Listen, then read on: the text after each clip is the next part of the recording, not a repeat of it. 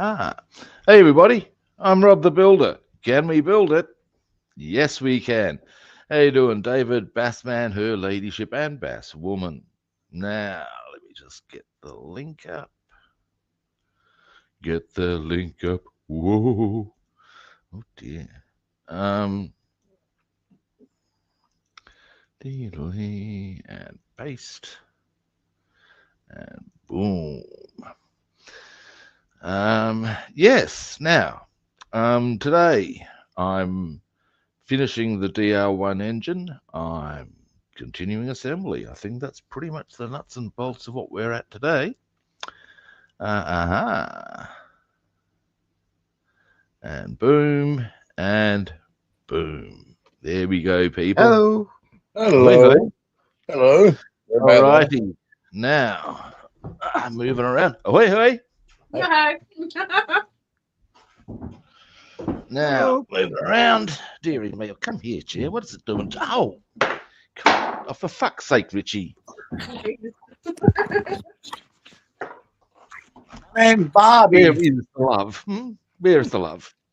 There is Anyway, no love. first things first. Coffee time. Yep. Oh, yeah. So, now I got the color for, the red I'm going to use on the Mercedes. Yesterday, unfortunately, I'm actually going to have to airbrush it. Oh, the pain of it all. that's all right too. It's not a biggie. It's just would have been easier if we could have gotten a spray can. But that is what we're going to be using on the red parts. Oh man, that's almost like blood red. Deeper than that, even, I reckon. But it's a nice red for the, and that'll go against a jet black. Yep. So that's what I'm doing with that one. I also got to finally have oily steel again. Ah. Yes, I do. I went to the hobby shop, as you can gather. Now. Well, it looked like your trip to the hobby shop was a success. Indeedy. Now, something I do need. Is it David's turn for a letter? Yes. Yeah. Hit us with it.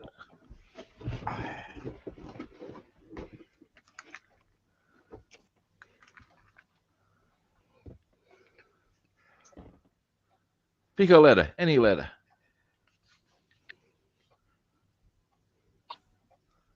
You. Ooh, that could be an interesting one. Let us have a look-see, good people. The letter U gives us... Don't think you had that one yet. No, we haven't. Ha!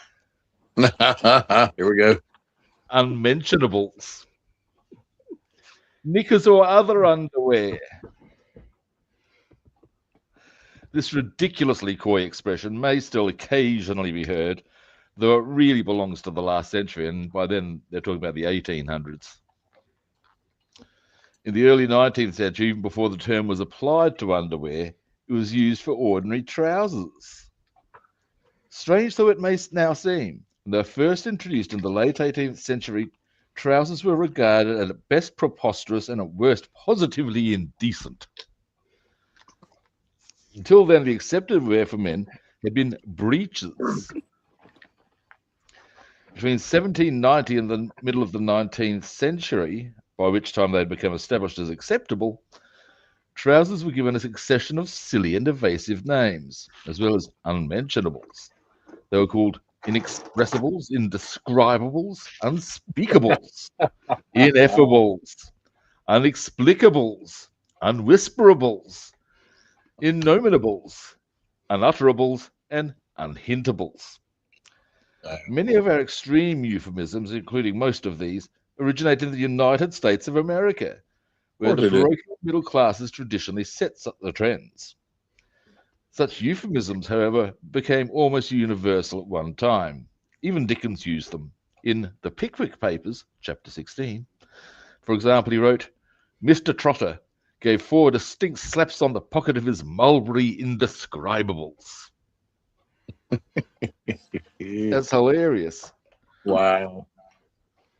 trousers being unmentionables. So much gold right there. Now, getting back to the model. Who would have thought, you know? But there we have it. Now, You think And trousers delivery- would be fine is what's in the trousers instead of the unmentionables. well, that's my understanding. Yes.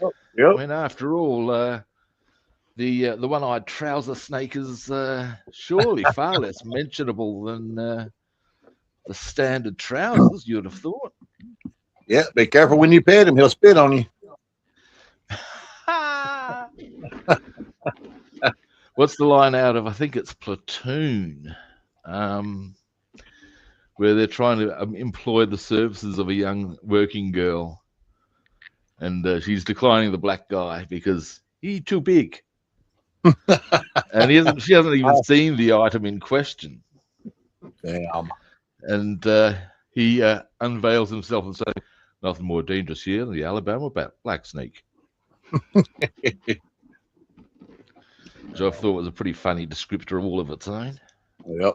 But yeah, she checks out. Okay. Thus breaking the myth of black men being more well hung. There we have it, peeps. Yep. How's the delivery today? What did you get? Oh, The war spite. oh wow. That's the exact kit I have. Yep. Damn, how big is that? About the length of my arm. Really? Yeah, mate. Nice. It's 1:350. The kit itself is pretty good.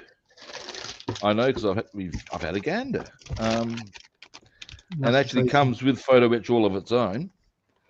Oh yeah, that's what you took out and showed us here not too long ago. Yeah, that's what it is. Wow. That's it. That is the one, as they say. That is the one. And I got another one coming next week. Oh, dearie me. Well, when you got coming? Another wasp bite. Oh, different war spite. Nope, same one. Different scale or just different manufacturer? Nope, same one. Same one?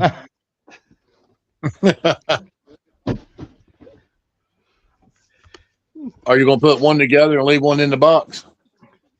Unopened? That's an old trick, I tell you. I used to know a guy, I think I might have told you.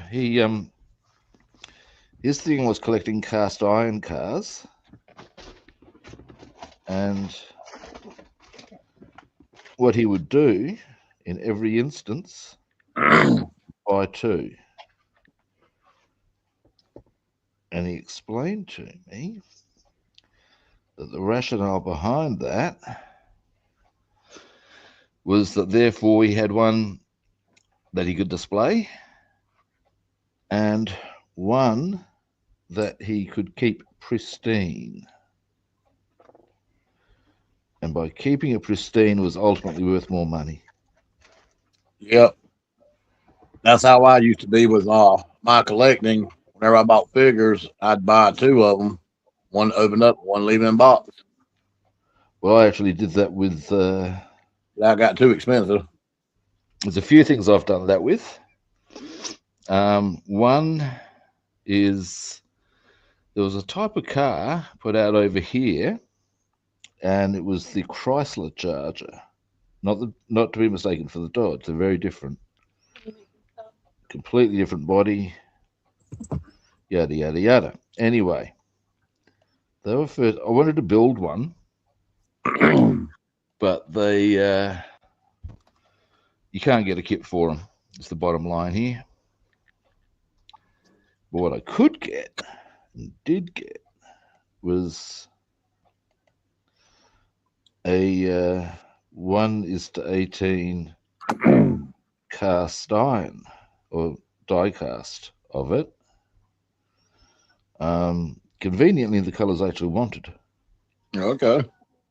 But the bigger win was I got two of them, one which has not even been out of the box. Nice. And I also did that with some coins. When the Royal Mint did a run for D-Day, not D-Day. Oh, no, it was D-Day, yeah. I got 2 of those, one for display, as we know, and one for pristine. I did the same with the JRR Tolkien coin. Oh, wow. So, yeah, with my Tolkien collection of books, I also have a mini Sting, which is the blade that Bilbo then Frodo used. I have the One Ring because, hey, someone's got to have it. My precious. That's it. And the JRR Tolkien coin. Right, what I've done there is just the very tops of the cylinders with some oily steel. Now what I'm going to do, while that dries... I ordered a figure from Amazon, Star Wars figure, because I'm a collector. And you can automatically hear there's no packing paper in there. Oh, no. Yeah, so I'm opening it up right now. It just got delivered a few minutes ago. It's actually the Darth Vader from, there was a Star Wars series came out called the Kenobi series. Oh, yep. Where he fought Darth Vader there at the end. Yep, in the original. Yep. It's mass damaged. And Hey. this figure has been $60 to $80, $120. And You actually, can't be happy about that. So I got it for $24. That's the difference. You can be happy about that. Yeah, I'm thrilled about that. His mask is actually split with the battle damage. You can see his face. Ah. And you know, actually, Hayden Christian actually was in the suit for close-ups during that. Okay. Yep.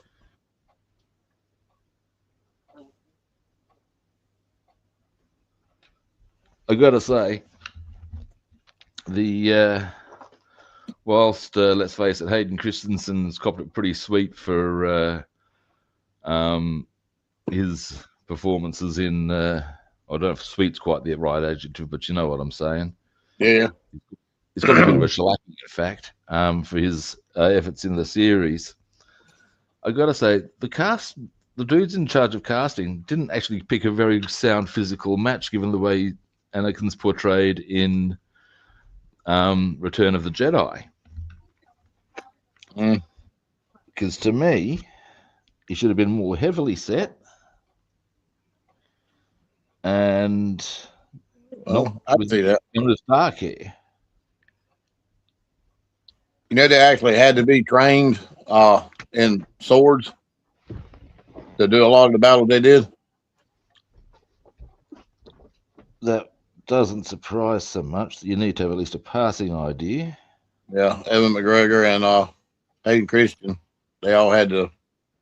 I know that the dude who played Darth Maul was originally in as an advisor. Oh yeah, he was pretty badass. And when they saw what he could actually do, yep, they've gone, you know what? He can be a bad guy. And the problem, I believe, the voice you hear of Darth Maul is not his voice. And the reason for that is quite comical.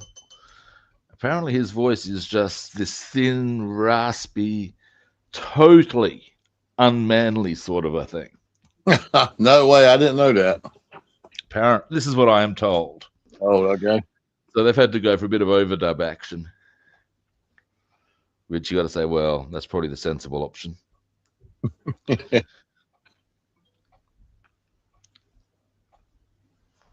Wow. It's a bit like some people's voice suits their choice of career. And I certainly experienced that the other day. I was going to a clothing store. Served by this woman, and her working partner for that day was this young lad. And he spoke like this. And I thought, as a stereotype of the whole gay guy working in a clothing shop, you're certainly not breaking any of them there, sunshine. You are matching that stereotype to the core. God, where were we at the other day? And I thought it was a guy, and Bassman said, "No, that's a girl." I was like, "What?" I thought it was a girl, and she's like, "No, that's a guy." I said, "You're shitting me." She said, "No, that's a guy." Where we at? That I guy I thought was a girl. It was actually a guy. Hobby Lobby. Hobby Lobby. Yep. Hobby Lobby. I'll actually have to fess up. The first time I ever saw Axl Rose, I wasn't sure if I was looking at a guy or a flat-chested chick.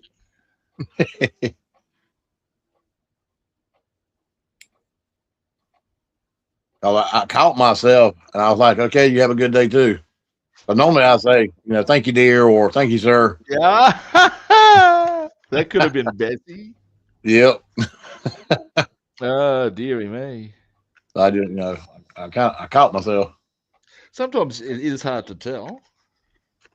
I mean, I'm not knocking anyone. People are what they are. I don't care about that. But when you can't tell the difference a little bit, that's Anyone who says they haven't been caught that way is fucking lying. yeah, absolutely 100%. We've all gone, ooh, should I have said something else?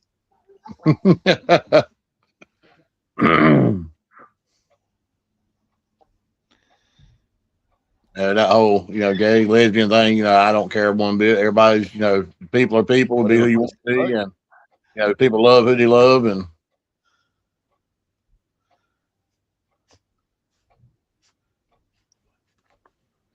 yeah, I won't here's a get funny gay story for you. As I mentioned, I used to bounce at a gay bar. And on my first night there, I'm basically meeting some of the regs for the first time, as you'd expect. And they're almost all going, "Oh, well, he's clearly straight, isn't he?" I thought, do I have this tattooed on my forehead or something? Not that I minded, but it was just so apparently it was quite obvious. And eventually I've turned to them, "What is the giveaway?" I said, "You're looking at the girls, not the boys."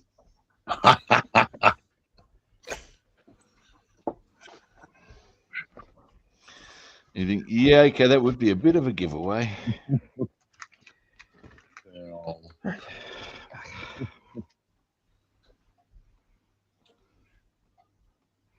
Oh, I hadn't asked you. How'd your fishing excursion go yesterday? So we caught fish, but only small ones, and not worth the drive.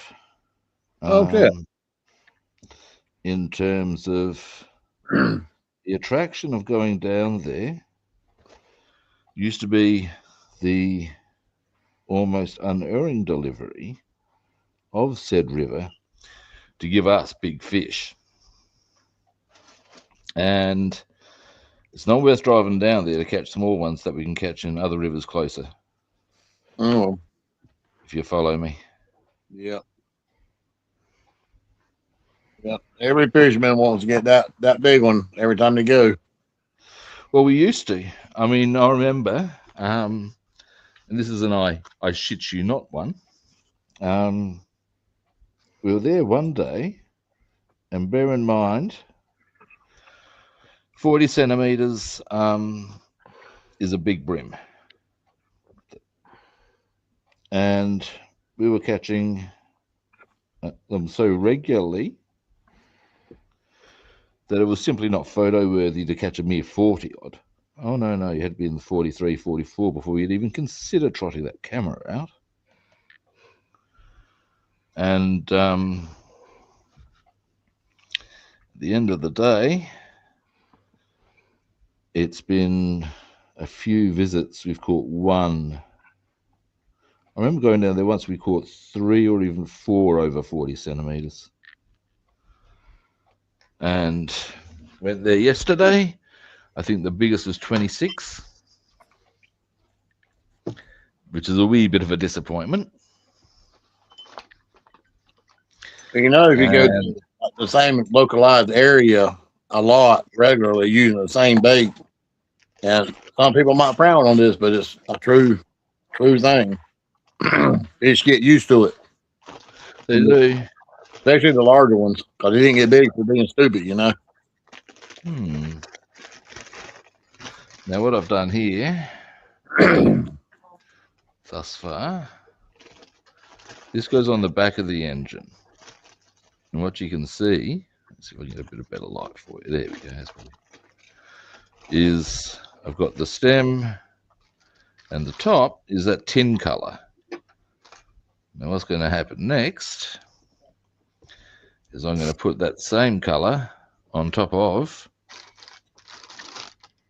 these cylinders, so if they match. That's the plan. I think it's going to look good. And once they're done, that's a large part of the engine caper done. And there will be much rejoicing. Where's our foot? Ding. That's not even the color I'm looking for. That's not the color I'm looking for. So I've made everybody in the house sick. That's one. Oh no. Yeah, our son, I actually had to go to the doctor yesterday for my monthly checkup and had her to get me a prescription of an antibiotic. Oh dear. Yeah, because when that shit gets in your lungs. Antibiotics are getting trotted out, you know it's getting a bit real. Yep.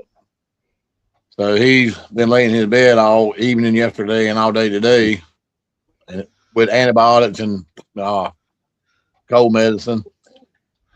And hopefully that woman's not going to get sick, but she's had little sniffles and a few coughs here and there. Yeah, it's it's very easy for an entire household to get all of the joy, shall we say. So I had a wonderful, lovely friend of mine to tell me to put potato shavings in my socks and sleep with them in my socks overnight. That the next day I would feel really nice. It's Miss Taylor that watches us. It don't work. That's not true. She was seeing how gullible I was. And she almost got me. The worst I almost got done with, and it's not a medical one. Was that? I rocked up to work one night at this is when I was working at the strip club, and the bosses said, "Oh yeah, there's a promo on. You got to wear these t-shirts." I was always the first guard on, and I'm there. Okay, well, what are they? And he showed me these things that were just, what the fuck? In terms of clearly too small for a guy my size. We're talking about they might as well have been painted on. And just this bright blue with red, and oh my God. And I've looked at him and said, "You can't be fucking serious." I said, "Yeah, that's apparently what's happening." And they're fuck me. And so I've taken my shirt off, changed into this thing, and as I've been heading downstairs, most unhappy and uncomfortable. Yeah. The manager said, "I can't do it to you." And he was quite happy to have gotten the belief achieved. So I can't have you seen down there on the street like that. We just have me on.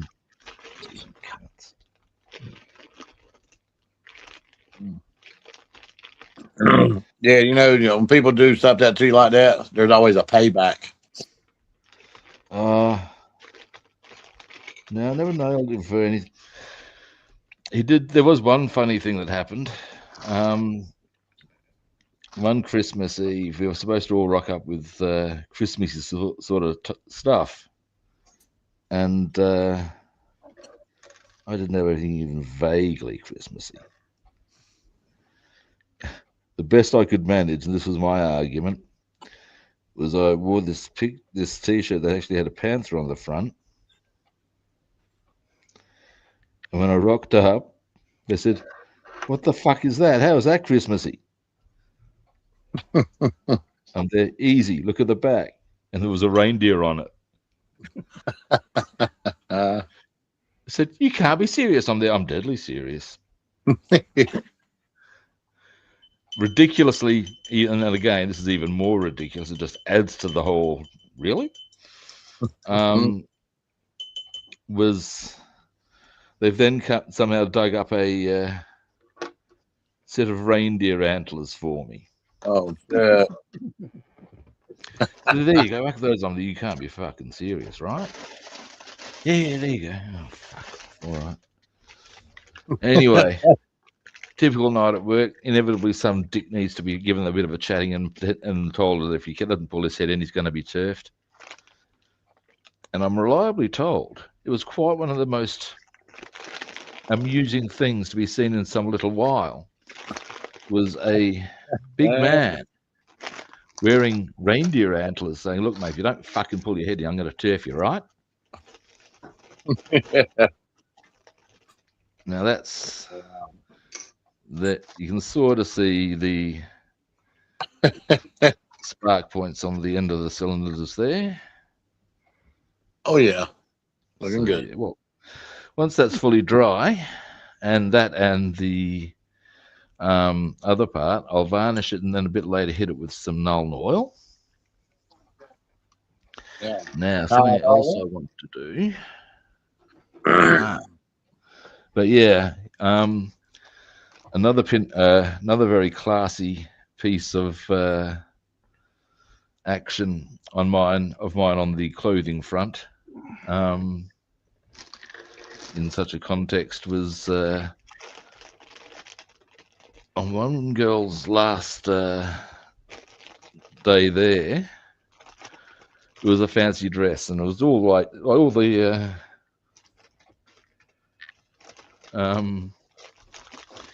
it was a fancy dress thing. And costumes were all supplied, and and it was decided that I should wear the vampire one. Oh, shit. Ever seen Nosferatu kick someone out of a nightclub?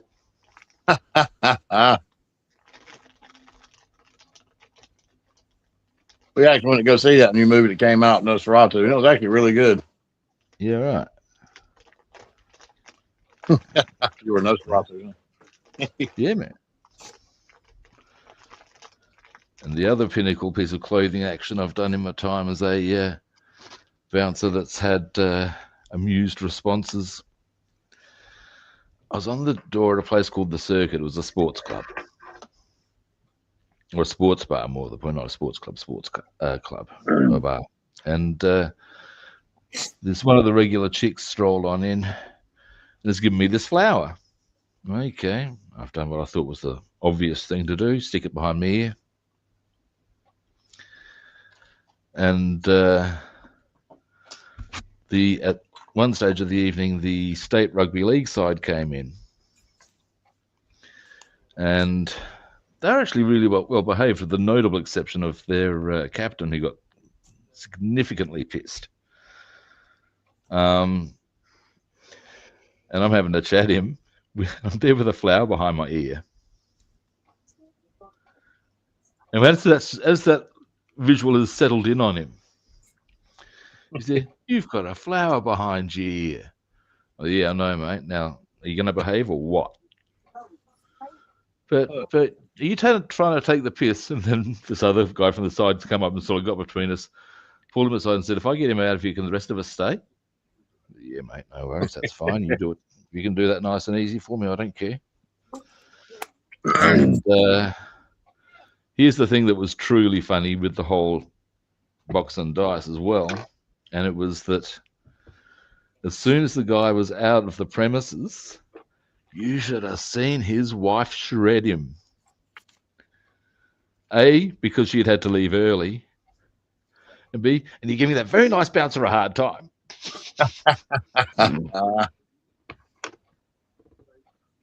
Sorry, It's quite one of the funniest things I'd ever seen. I bet.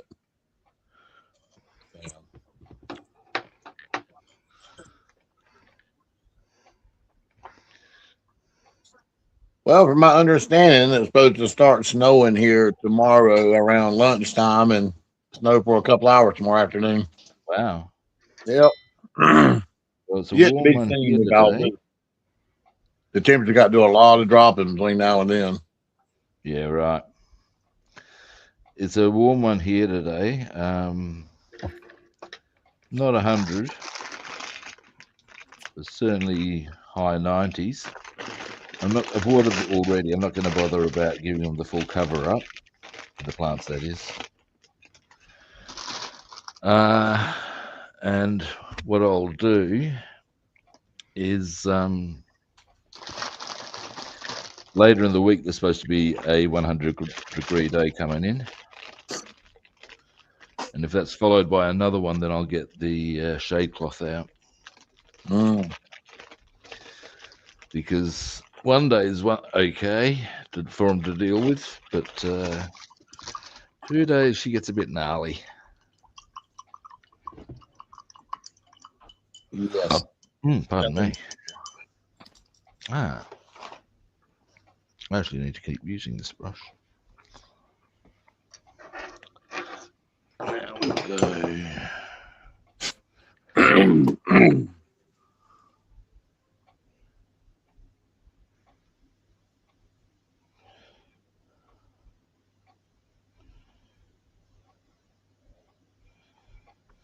All righty, goggles. We lost you there for a minute.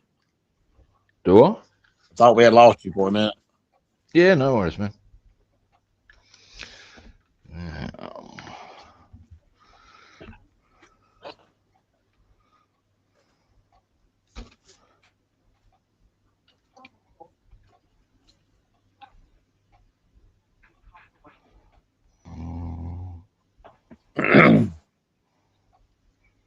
So I got a little riddle for you.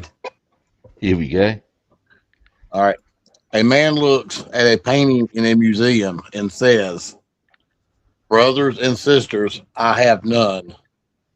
But that man's father is my father's son." I do know this one. Who is in the painting? I do know this one. Give me a moment. Brothers and sisters, I have none. But that man's father is my father's son. Who's in the painting? I do know it. Anybody else? Because I've heard this one before. I hit us with it just for ease of purpose. The man's son. Oh, Yep, the man's son. The man in the painting is his son. yeah, it's The thinker. yeah. It's always the obvious answer. Yep.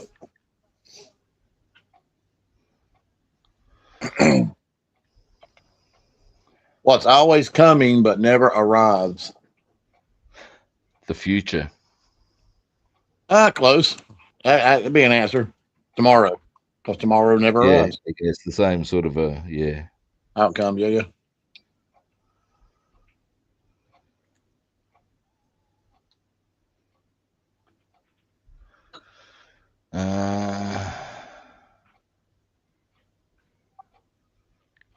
Right.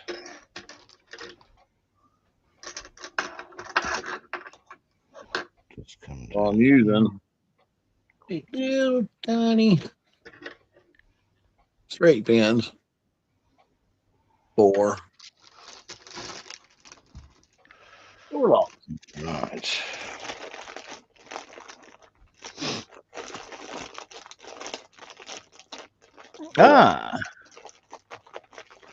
I see. Nice one. Yep. So I found out that using our little straight pins, You can buy them the regular size. I bought the little, hell, I don't know how big that It's a is. good way to do your outlines. Yep. I do use them for my valve stems and for my door locks. Yep. I'm a fan of that approach.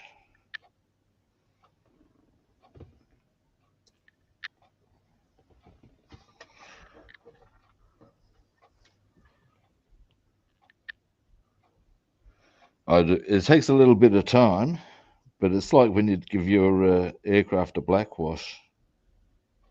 Oh, yeah. The one you done was awesome.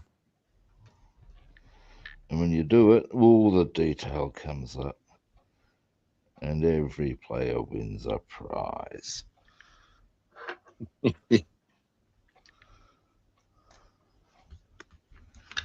Now,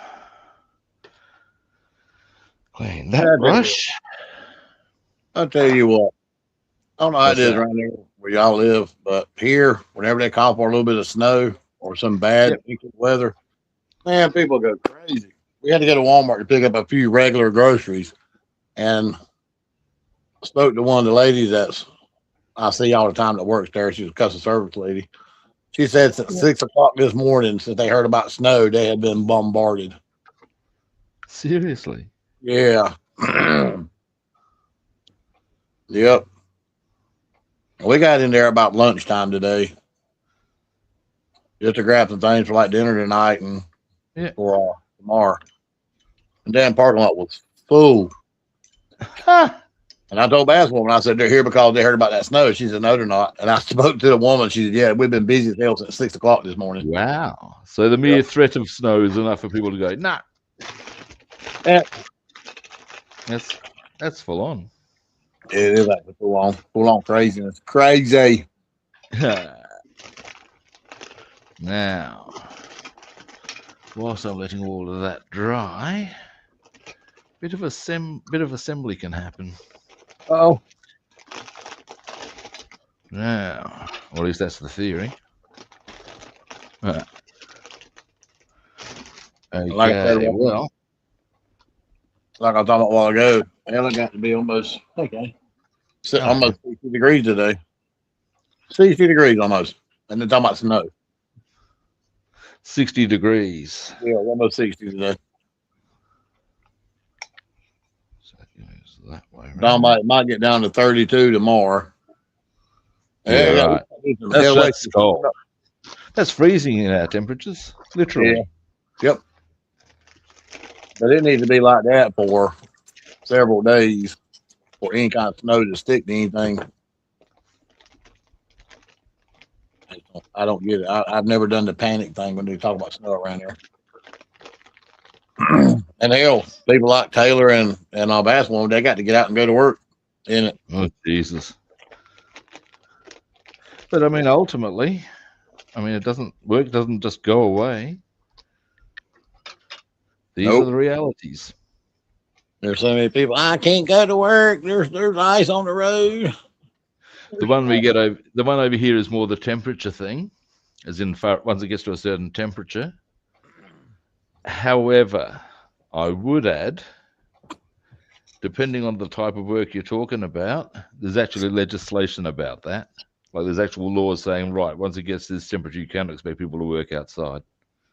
Outside in the weather, yeah, absolutely. But retail office stuff. Come on now, harden up. Yep.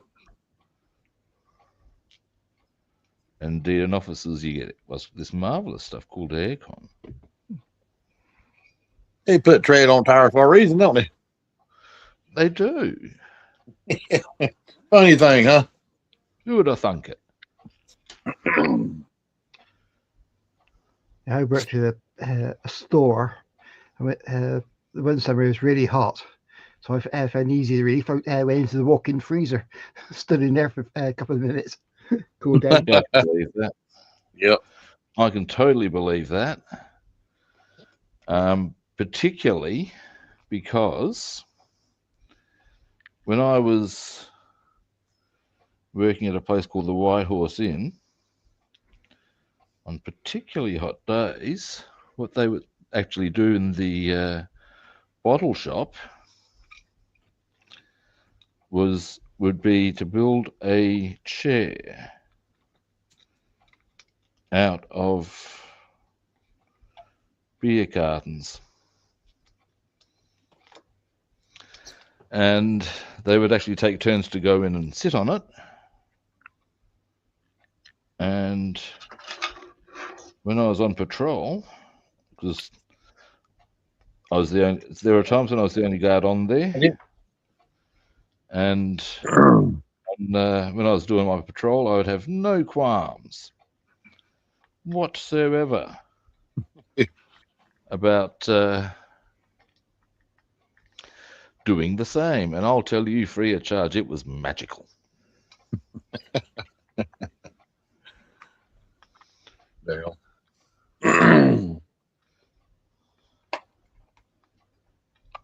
So that goes onto there. All righty.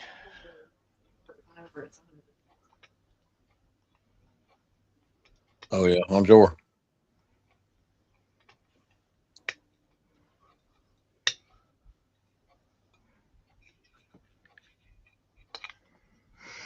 Oh dear.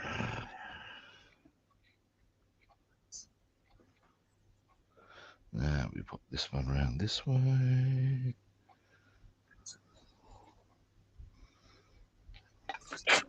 Come here, you. What are you doing to me?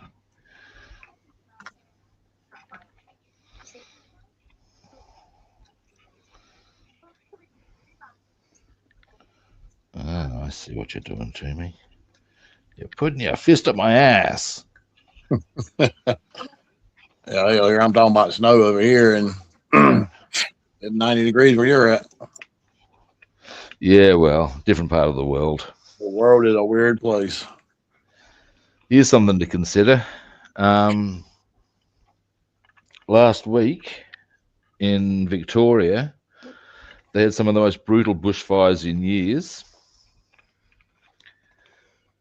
Up north, there was a cyclone warning, as in a hurricane. Damn. So you got to say, in the one country, you got all these different extremes going on. Yep. Waiting for them to dry. Ah. Alrighty. There's something I want to do. And need to do what's more, I'd suggest. Two things, in fact. Yeah, right. Okay. I need to do a bit of tidying up on the body colour front as far as for small areas like... Give me a moment. I didn't think I'd need to worry about this part here on this part of the back seat. But I reckon I might want to do that.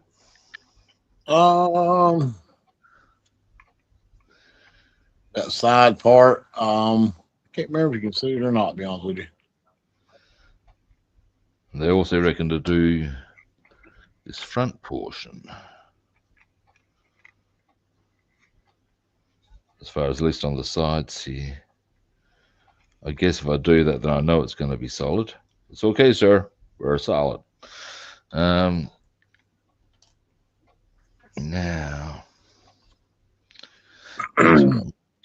Italian red. You ever watch some of those life hacks on YouTube? Oh, yeah. Man, them things, I watched some the other day. The stuff Some people are come very up clever. with, yeah, it was amazing. I saw one, and the guy goes by the tag Crazy Russian Hacker. But he does do some very interesting things. Oh, hello. Reverend Robbie, how you doing? Oh, from the Hunter Valley, no less. Hello. The Hunter Valley, if you're unaware, Bassman and David is, well, it's in a different state to that I'm from. They're in New South Wales, but they're a very rich wine area. Okay. They're very well known for that. Hello, sir. And yeah. Anyway, Now, there's something else I was waffling about before I noticed we had somebody else viewing. Nah, Damn. lost it. Oh, damn. I forgot too. Do what? Life hacks. Life hacks.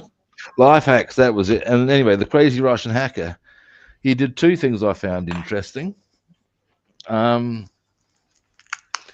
One was he managed to open a tin without a tin opener. And what he basically did was kept rucking it against an uneven paver on the floor, and it slowly but surely cracked through the metal. Oh, wow. Slowly but surely.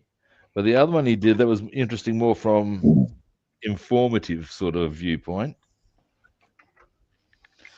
was he put a bottle of Coke in a pot and boiled all the water off in a "this is what's inside" premise. Ooh, that's nasty. Huh. Yeah, look, I've never been a big one for soft drinks anyway. Just because of the way I was raised and da-da-da.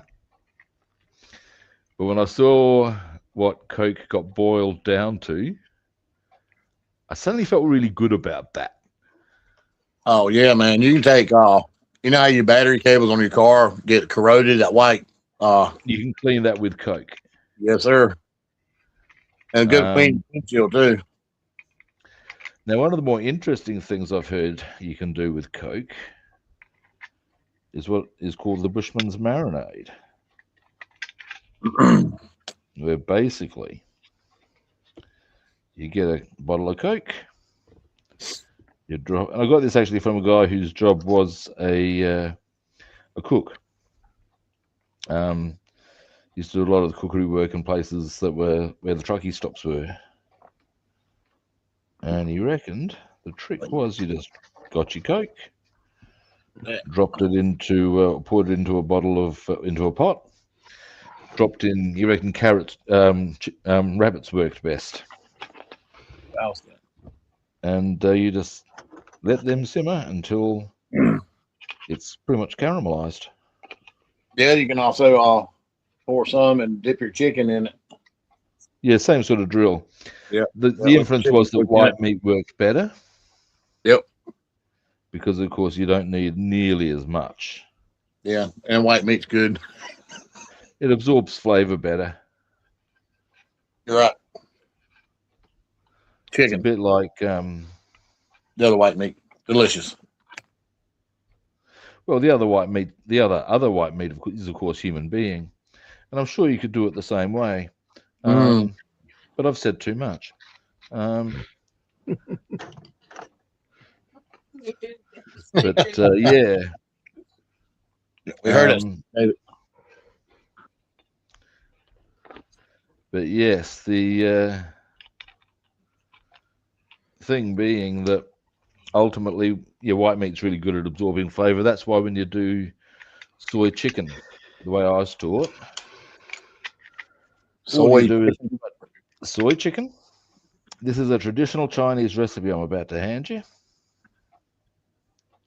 And this is how I was taught by my instructor. And all it is you get a cup of soy sauce. Any soy will do. Just be aware that if you use ketchup anise, that's a very sweet soy, so you're going to get a slightly sweeter flavor. Whatever. Oh yeah, ketchup will give that to you. Absolutely. Anyway, and with that 1 cup of soy, you put in 3 cups of water. You bring that to the boil. You drop your chicken in, whichever cut you want to use. And once it's in, you just let that simmer away. And then, when it's done, well, you just turn it off. And it's done. That's it. Yeah. That is the traditional way of making soy chicken. Huh.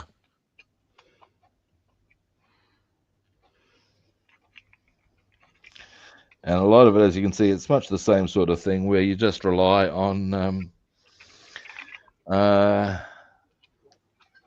the ability of so I'm just zooming myself in a bit so you can see a bit more what I'm doing, of white meat to absorb flavor is put to use. Kind of funny how a chicken can have white meat and dark meat, right? You can do that. The other thing about that soy sauce thing for the soy chicken, you can reuse it. You can, so long as you boil it every now and again to stop the mold from getting on. You can use it numerous times for different cuts, for different meat. Pork's another one that'll go well that way. The only time you can't reuse it is if you go for, say, throw some beef in there. That'll start overpowering. Oops, a daisy. That'll start overpowering the flavors of your white meats because it'll stay in there a bit. But there you go. Beyond that, it's just that easy. My favorite part of a chicken, of course, is the breast. Oh, yeah. The breast. Imagine that, huh? Well, it's the... I'm a fan of tenderloins when I'm cooking because Now, they... Deer tenderloin is really good, especially when you get it straight out of the deer. When you harvest one, we've slaughtered deer before and cooked the tenderloin the next morning with our breakfast.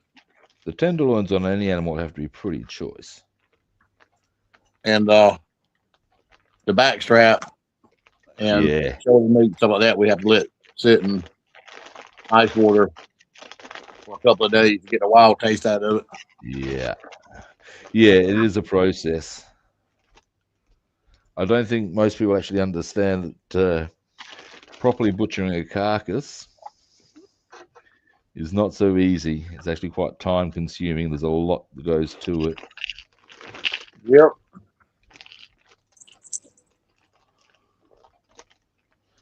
And my father-in-law taught me, and it took about 3 deer because, to get the tenderloins out and get the back straps out, you don't want to butcher the meat. A whole meat. stack of stuff you got to, Yep.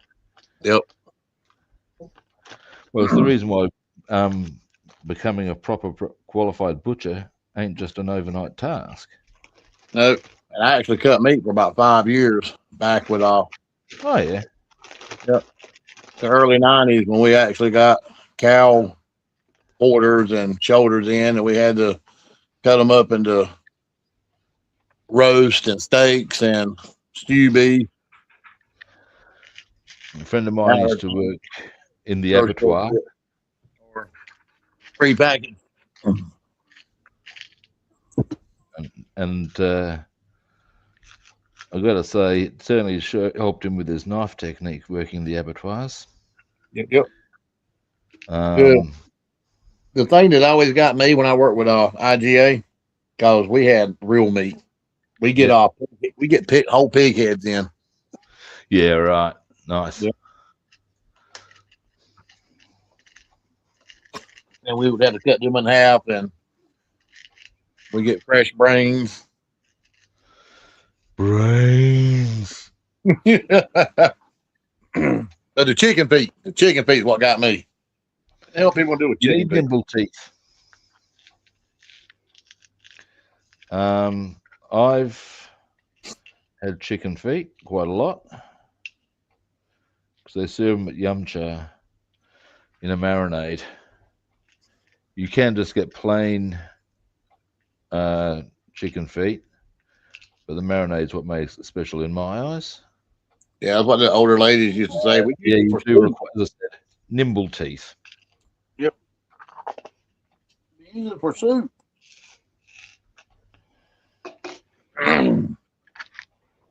There's a Garfield cartoon that sort of reminds me of, as far as the nimble teeth thing.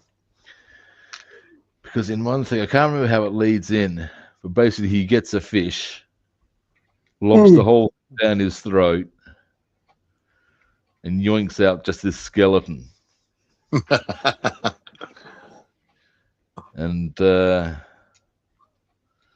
said, "How did you do that?" "I have nimble teeth."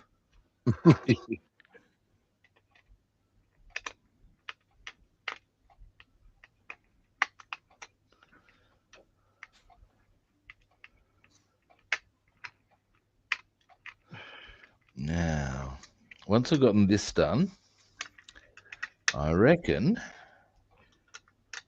it will be time to hit the DR1 engine with a bit of varnish.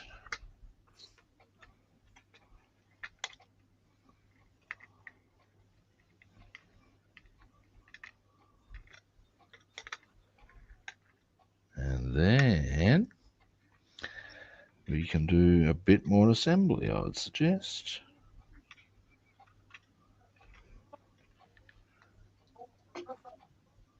Yeah, how many times did your mother or your father tell you, don't go outside with a wet head, you'll be sick? I never copped that one. Don't go outside barefoot when it's cold, you'll get sick. Oh, that one, yeah. Actually, here's a funny one for you on that sort of variety. I used to be an SSO, which is school support officer, for this young lad with autism. And he'd clearly at some stage been told not to stay out in the rain or he would get ill. Which is, yeah, if you're going to stay out, yeah, that'll happen, and da-da-da, you got to let the kid know, da-da-da. All right. But like so often is the case when you're dealing with people on the spectrum, he took this to mean absolutely in every circumstance. And it would be comical. That is hard. It'd be, I don't know, in the main building. You had to get to some other part of the school. If it started to rain, he would be there. I cannot go out from that. If I get wet, I will get sick. And you'd have to say, no, look, Reeves, it's okay, mate. You won't. You'll be fine. If I get wet, I will get sick. So you'd have to work out the way that he could minimize his getting sick risk. Bless him's cotton socks. And you do that, and then between those very, very short distances where he might get a few drops on him, you'd go to the other side. Okay, Reeves, run, mate. Over he'd go. And you think that's hilarious. Yep, I remember Mom said, don't make fun of them people. You'll have children, they'll be born like that. Yeah. Yep. He was like nice as. Once he got sort of like used to having, because when he had been in Queensland, which is another state, it's a different education system. And up there, he'd been put in what's called, well, I'm sure you know what I mean by a special school, actually. You don't need me to explain that one. Nope. And so he didn't have any special work or anything. Over here, he got put into a mainstream class and had a support worker. So suddenly he sort of felt a bit, who's this guy? And it took a while for him to get used to. Once he was used to it, he was fine with it. Okay. But I remember one day rocking up, go away! I do not need you. Damn. And I'm just going, well, I don't know what to tell you, mate. And yeah, like I said, eventually he got over it. He was fine. If anything, he was funny. Now, that's something I want to quickly check up. A little bit of tidying here wouldn't hurt.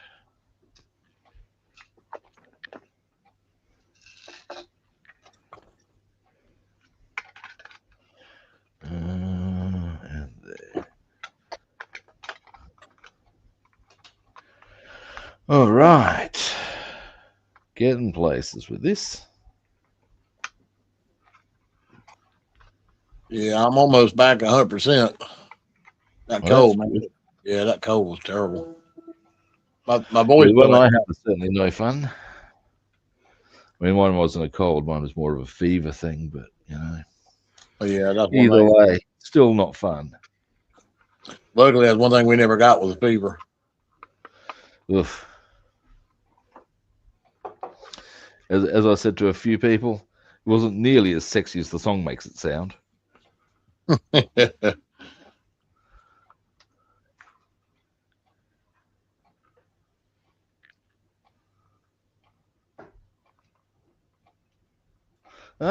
have another visitor. We have I've got Ron. How you doing? Hello, Ron. Oh, hello, Ron. Join the festivities. Now,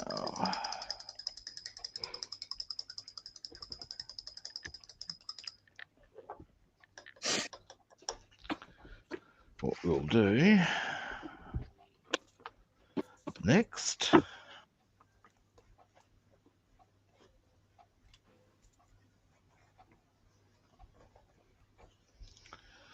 is I'm gonna bling down. Bling goes up, bling goes down. Oh dear. Brian Ferry'd be turning in his grave. He's not even dead yet. But yes. There we go. Let's clean that out. There we are. Dear me. It's taken a while to get all the mucky muck out of this brush. There we go.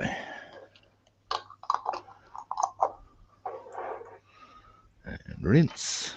And rinse. Let's rinse.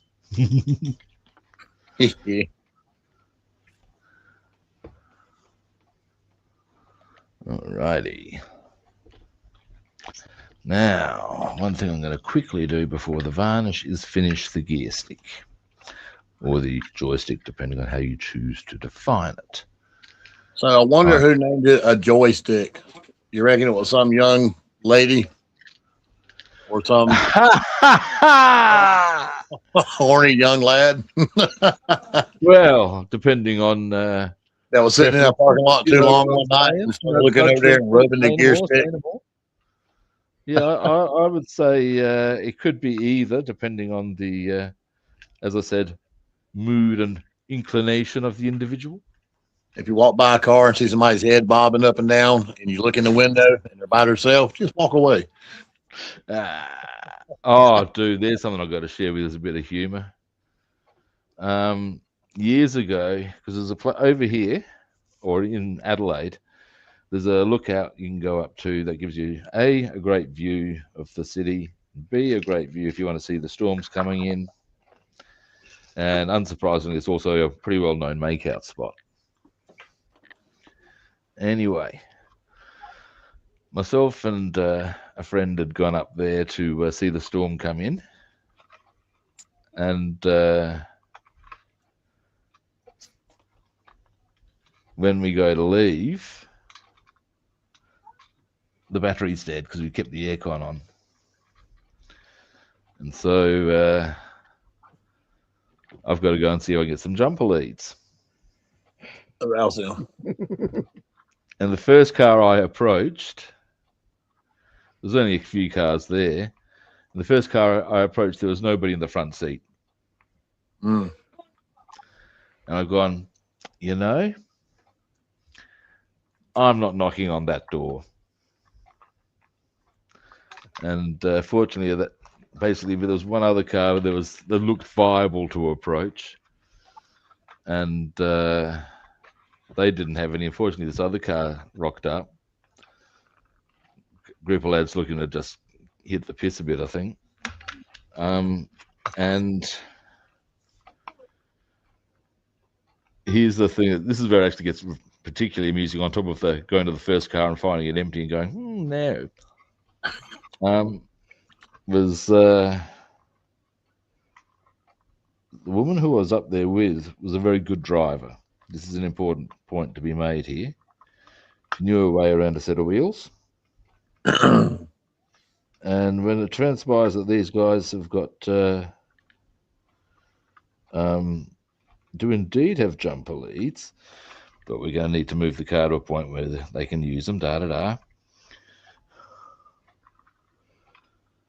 As they were getting that organised, one of them was turned to her and said, "Oh no, we need to take the handbrake off and put the car in reverse. Can you manage that?" And as I've heard the words come from his mouth, I've gone, "Oh, for God's sake, please stay quiet. Please stay quiet. Please stay quiet." Fortunately, she did bite her tongue, so we were able to get the fuck out of there.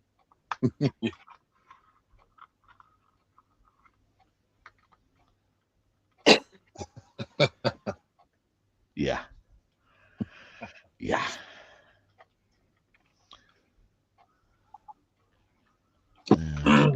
Front here. Well, sir.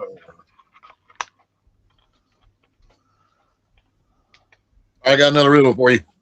Here we go. With pointed fangs, I sit and wait. With piercing force, I crunch out fate. Grabbing victims, proclaiming might. Physically joining with a single bite. What am I? Time? Nope. With pointed fangs, I sit and wait. With piercing force, I crunch out fate. Grabbing victims, proclaiming might. Physically joining with a single bite.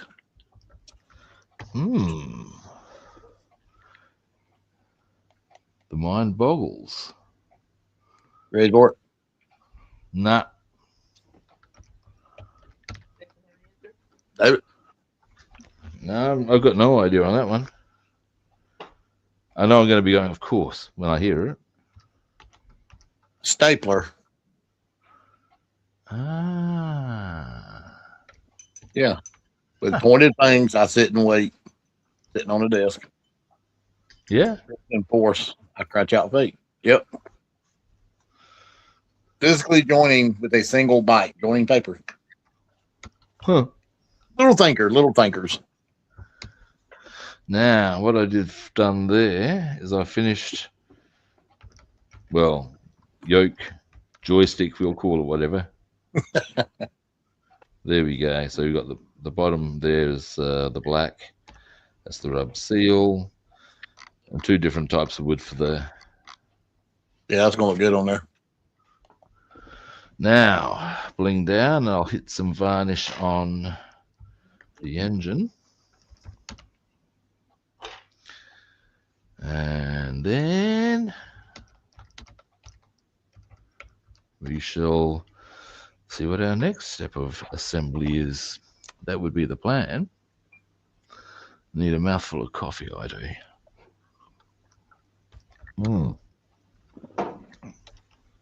Need to buy me some decaffeinated coffee so I can have some with you in the evenings. Yeah. So tempting.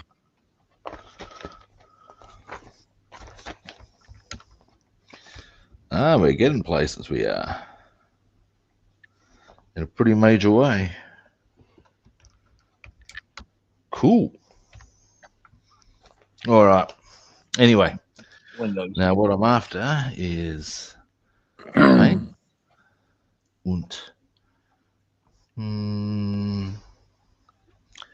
Where is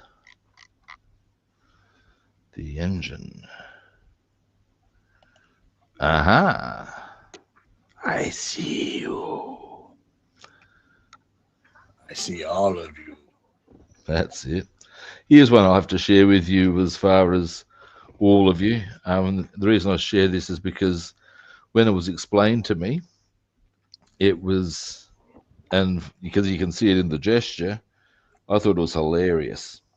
And what it is, in fact, I can if I did the gesture, I reckon you could probably join the dots as to what the entirety of the statement is. And before I go out and do the varnishing, I will actually do it because it's comical. It's a visual thing, obviously. Here we go. Now, the gesture, and this is apparently legitimate sign language, and it's this. I know Can that. you conclude? You may tell you what I think it means. Hit us with it. Fuck you. Fuck all of you. Bam! How good is that? It actually covers it all so obviously. Yeah, it does. Yeah, because you go like that, all of you. That's pretty good. And you got to say sign language at its finest. Yep. That was pretty good. Damn. Now, let's get a glove on. Get a little bit more comfortable, as we say. That way it won't hurt so bad. I actually put on. I've got a scene in the book I'm currently working on, and the characters are in a very hoity-toity sort of establishment. And one of them is pondering as to just because he's noticing just how uptight and everywhere so wealthy the clientele is, and he ponders as to what the toilets might be like. After all, people with their nose that high in the air might not want to get mucky muck on their hands. Is there somebody to wipe their ass for them? Is there a penis butler? After all, you don't want to get urine on their hands. The penis butler would hold the penis whilst urinated, shake not more than 2 times. More than that could be considered giving pleasure. Yep. Yep. They get more than twice you're playing with it. Yeah, these are the things. Those are the real facts of life. Now, I reckon this varnish is almost ready to go.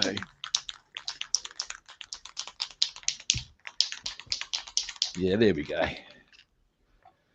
There we go. Now, goddamn, bright lights. Very bright lights.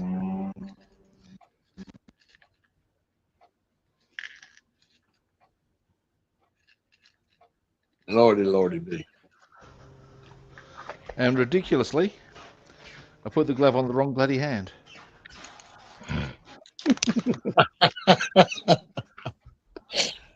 Oh.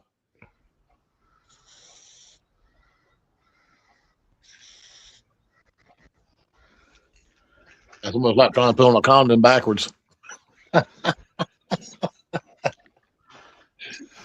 However, I have successfully got the mission accomplished.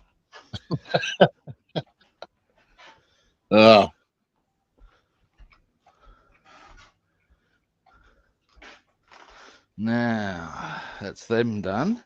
Give them a bit of time to dry so as we can hit them with a bit of null. And then we can see about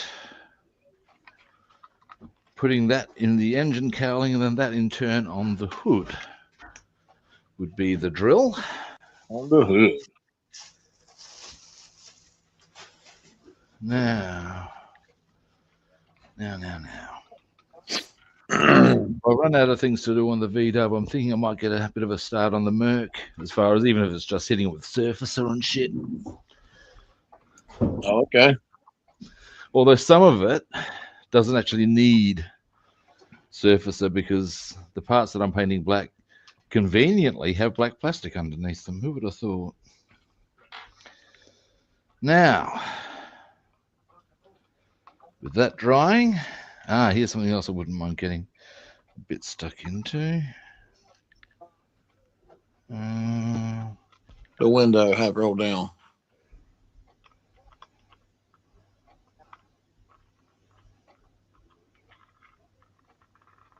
All right. now, actually, here's two things I need to get stuck into. I also need to consider the windscreen wipers. Haven't done them yet. Are you able to find you a gun belt for the machine guns? No, unfortunately. Now, what I might be able to do is have a look in. There is one spot I might have some. Actually, now that I think about it, and I can actually even quickly scooch out and see if I can. Actually, there's a few options I might have. Ooh, let me finish. Let me get the chrome on this and the windscreen wipers. What I will need to do is quickly scooch out, and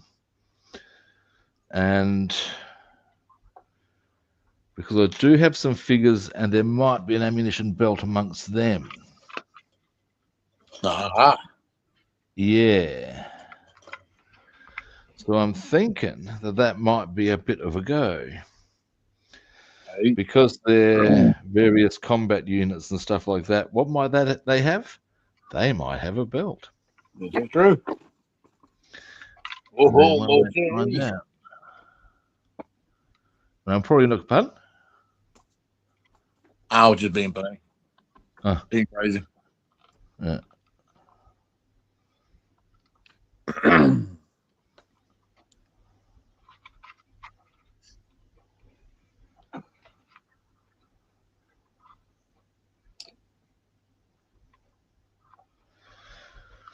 What you working on? The horse, bicycle again. Oh, okay.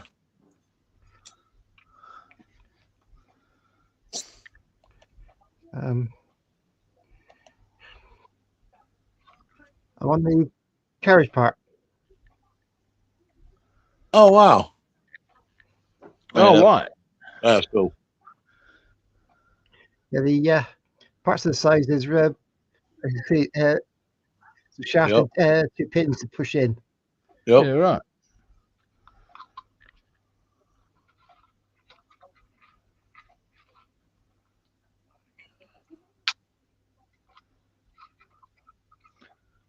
One of my favourite rickshaw movies from a scene is from Enter the Dragon. I reckon Bassman would recall this. It's in that very opening scene where you see how you got all the fighters arriving in Hong Kong and stuff like that. I can vaguely remember picturing that. But there's a scene where it's got the one of the characters who clearly likes living large, and he's got himself being carried in one rickshaw and two more rickshaws behind him carrying his suitcases.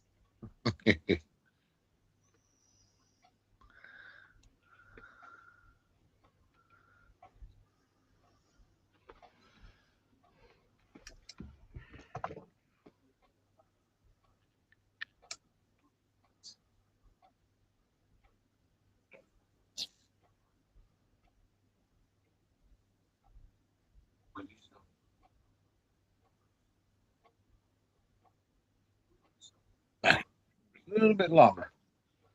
There we go. That's them, largely. And then let's get on to this.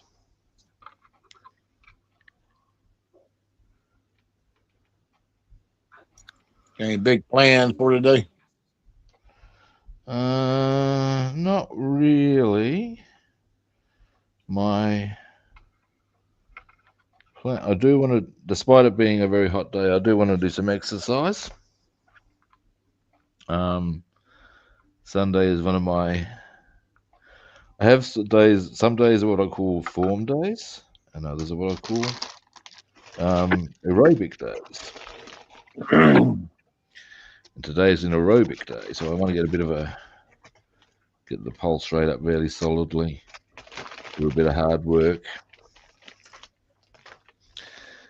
If it was a form day, that would be a day I do my Tai Chi or Tiger and Crane or something like that. Work on my forms. And but I also want to do some music and some writing, and I've also, there's a thing I've got to do on the platforms that my business is on, and basically, Oh yeah, how's that coming along?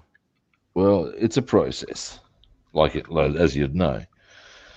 But the as far as the online advertising goes, at this stage, what I need to do and am doing is apparently, the more you go on and check out other people's platform streams, go and check out their drop likes and stuff like that, the more the algorithm works in your favor.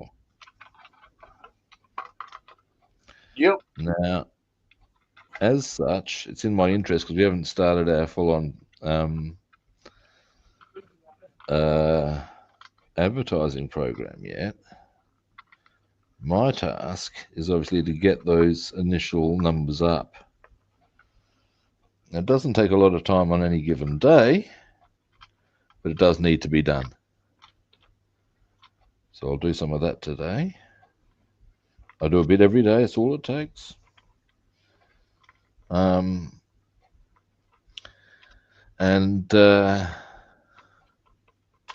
Yeah. Cool. So I'll do that, and I'll what else will I do? I'll find things to do. I don't have to do much in the line of cooking today because I've got most of my stuff all ready to eat. I could consider going to the shops. I probably won't. I like being lazy. It behooves me. Ain't nothing wrong with that. No, there is not. Not one thing in the world. What's the line I'm looking for? And I actually have thrown this one at someone. Oh, it bothers you that I do nothing? Well, let me know when it affects you and I'll change my policy. Then I'll just do a whole lot more than that. I actually joke about being lazy, but I've had quite a few people say, actually, you're not because you do a lot of shit. Well, yeah, I do, but I do stuff that I want to do, not that I have to do. Conveniently, they overlap. Yeah, it's kind of like me. I don't ever sit down. Now, we are getting places. Next.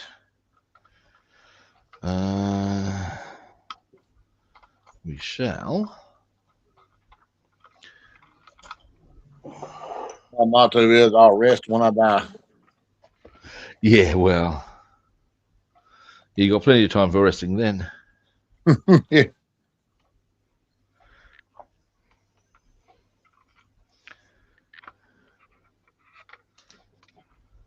This is true.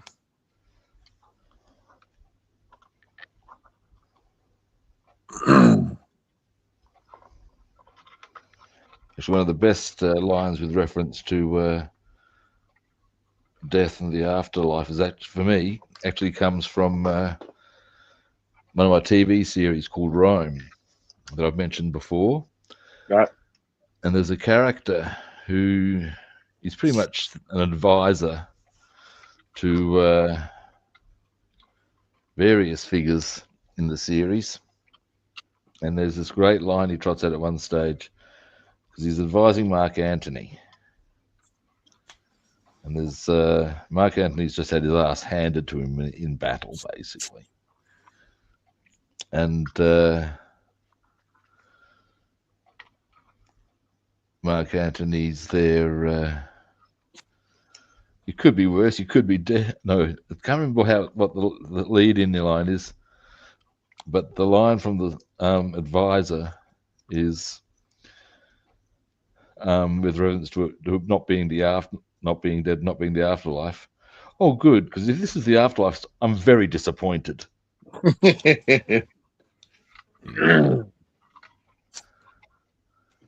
Yep.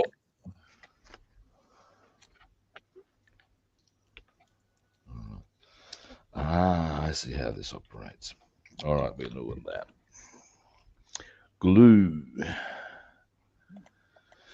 Glue. Glue. Glorious glue. Be like the line from the Wizard of Oz. I do believe in ghosts. Yeah, that's it.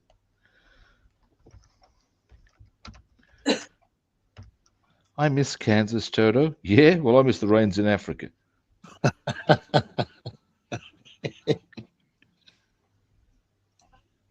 Oh, did you ever discover what that weird noise was going around your house? No. You still having it? No, there's been nothing too weird lately. As to how long that remains the case, who knows?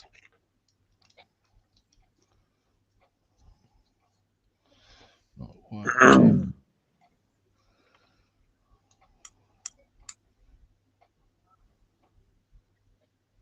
There.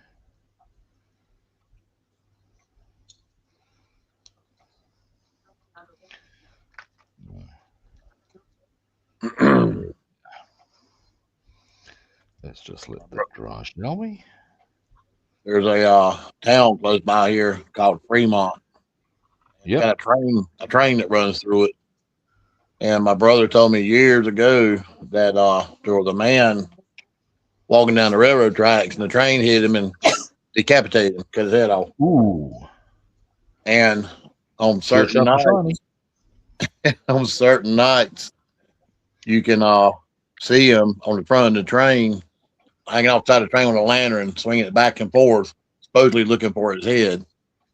And said it was a true story. Said him and his friends went down there one night and waited for the train to come. And he actually saw a lantern, all of them. There's like 4 of them there. Saw the swinging lantern. I was young, probably just blowing smoke up my ass, but that's one of them stories. You're like, oh shit, really? Yeah. There's a story I have heard involving my grandparents. And what it is that they were going through an area in the UK where reputedly there was a so that just goes a horseman who would ride and appear that's why.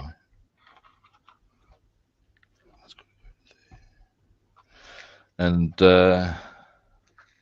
basically the textbook headless horseman style.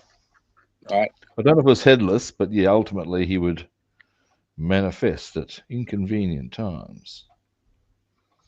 I see what's happening here. And the story runs that my grandparents were in this car traveling down that area, and they heard the of horses. Oh shit!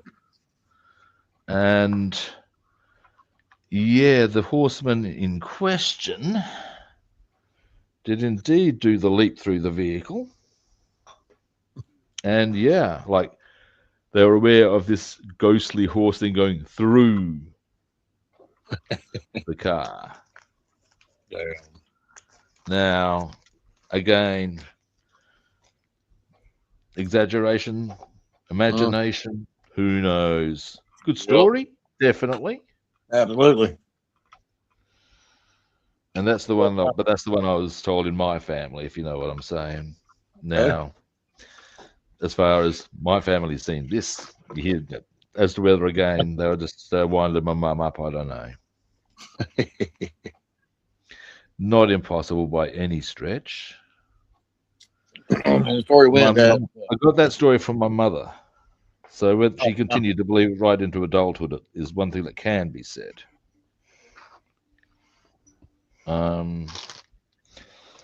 As whether she figured she'd pass the wind up on, I don't know. Now I need to get. There was one of the whatchamacallit, struts wasn't sitting properly, and so it was preventing me from getting this in properly. So we'll cross that little bridge in due course. Now, next, letting that dry. What I wouldn't mind doing, though, very quickly, a couple of other little bits here. Once I've got that done, I see. So my big slowing up point now, if anything, is going to be nothing more complex than actually making sure that this part on here, I'll need to do this here, needs to dry adequately to make sure I get this into position, this part here. Once that's into position, it all comes together pretty quickly. Yeah, it's a tricky booger. I've got to get to that point first, is the bottom line here.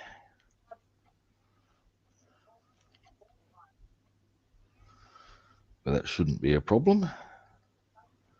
Now, very quickly, though, what I wouldn't mind doing a brief tidy up, and I really don't need to tidy that up, but I'm going to anyway because it's just the way I roll. He's here. So we're in season 4 of Game of Thrones. Yeah. I'll tell you what, it's getting real. Oh yeah. What's the latest thing you've seen? Is it okay to say anything about it? I don't know who's. Yeah, I'd say so. It's been a few years, mate. You're pretty safe on. Well, The Tyrion's reason I wife, wasn't doing spoilers is because I knew you were watching it. man, little finger. What's his name? Baelish. Baelish. Yeah, he's a bastard, man. Oh yeah, he's a dirty dog. Yeah, he's a dirty dog. And now the whole Stark family is gone. Well, yeah, dirty deeds. God, man, Dirty, that one scene they called the Red Wedding. Yep. Damn. Now that's actually based on a historical event. Really? Yep. An event that is still discussed to some extent in Scotland. Yeah. Now, oh, hey, Trax, how you doing? That's right. But yeah, the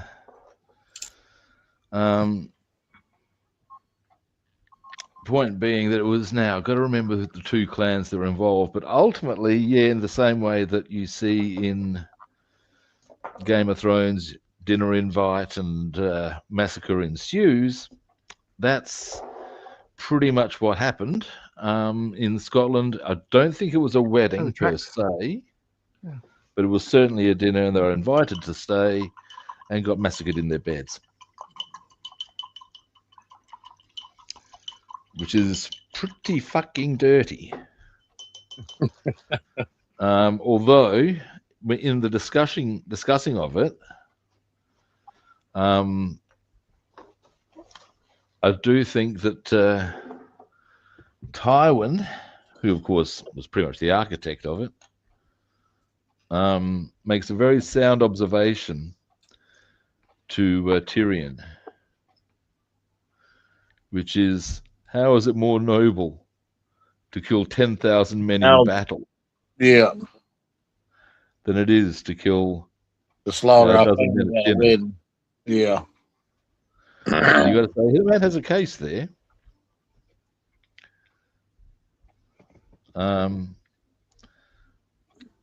he also comes up with, I've seen interviews with some of the cast about that particular episode. And the guy who plays Tywin, a guy named Charles Dance, who's a great actor in everything he does. Nobody bristles quite like Charles Dance, I'll tell you free of charge. Hmm. But he shows disapproval. Oh, he does it with style. But he, when he's in his interview, he says, look, Tywin is just doing what a feudal warlord does. He holds his position by being ruthless and cruel. Mm. And all you can really say to that is, yeah, that pretty much is the case, isn't it? They don't hold their position by being nice. And I tell you what, Joffrey, Ooh. I'm glad. I'm happy. Oh, he's a vile creature, isn't he? Not anymore. No, well, no, and thoroughly deserved. That There's a few things you learn about that as well that come up. to us. Do what? Pardon? That brought much joy to us. Oh, I think his demise is probably one of the most celebrated in the entire series. Yep, Everybody who saw the series is going, "Oh yeah, see you later, dirty little cunty that he is." Nobody liked him, but then he wasn't meant to be a likable character. I tell you what, during that wedding ceremony, and he was being so fucking mean to Tyrion. Oh, You yeah. didn't know what was going to happen, you know? You knew it wasn't going to end well. Didn't know what was going to happen. No. Especially when that large dude came and got, what's her name? The redheaded Stark girl. Trying to get her to leave. Sansa. Yeah. You think, oh, hell's getting ready to break loose. Oh, yeah.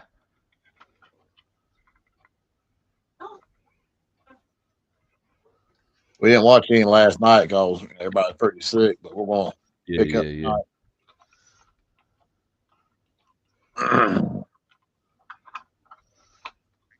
But yes, it's a messy business. Some of the other things that you'll find out about that particular scene, as far as Joffrey's assassination, some of the best parts about that don't manifest till later. And I'm not going to say any more than that. All right. Because you're going to find something out and you're going to be going, wow, I didn't see that coming. There's a whole stack. You can ask this if you want to, but we're thinking pretty much Joffrey's new wife, grandmother, is the one that done it, ain't she? I refuse to answer on the grounds that I may incriminate her.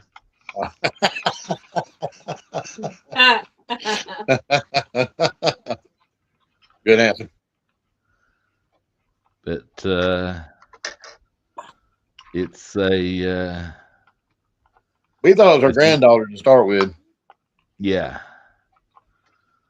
The character, Lady Olenna, that you're talking of, she's got some goods. She really does. Yeah, you don't see pinnacle action from her till a bit later on. Yeah, that old bird, man, she's pretty tough. Yeah. The actress is Diana Rigg. And she was originally came to prominence in the UK in the 60s in a TV show called The Avengers. David would probably be familiar with it. Yep. She married somebody very famous in one film and died. Yes. There's also... Now, what was the name of the actor who was Steed? Ian somebody. McGee. Boom. And yeah, it was a classy series, but that's where she first made her name.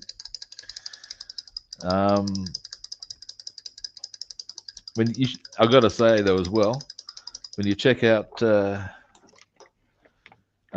Rigg when she's in that era, she'd been in her 20s then, I guess. Oh, Lordy. Did I say Lordy? Lordy. Back in her day, good Lord. Really? Oh, yeah. Yes. Oh, very yeah. maybe. What did David say? She's very beautiful.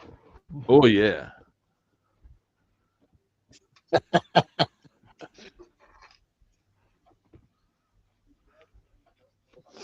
Anyway, so the point being that it's a bit. In fact, look, you can probably look at a lot of older actresses and you look at pictures when they're young, going, "Wow." Like Absolutely. here we go. Here's one who's a good example of, my God, when she was young, I tell you. Jamie Lee Curtis. Oh, absolutely. Yep. Very few maintain their looks as they get older. But that's, to be fair, they're getting older. What do you want? But the one who had me going, even as she was getting quite old enough that I should have been going, shouldn't I be concerned about bone breakage here? Was Sophia Loren. Really? You look at pictures up to her 60s, late 60s even. She was on the Gold Girls. Yeah, she was. No, she wasn't in that. No. No, She was an Italian actress. And when you see her, like I said, in her 60s, even late 60s, I don't reckon too many blokes would have been managing to say, "No, madam," if she turned and said, "You're going to get washed naked and in my room now." Which one yeah. did they anywhere? Yes, what it was. Now, that's what I was after. We're going to actually wait. No, we're not. We're going Yeah, to that point you showed me some pictures of her. She was pretty hot when she was younger. Oof. Lordy B, that's all I'm saying.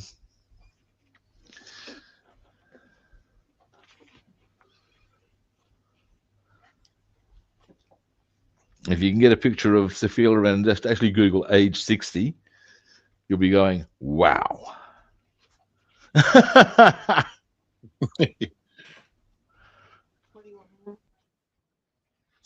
Who were the cast members in that?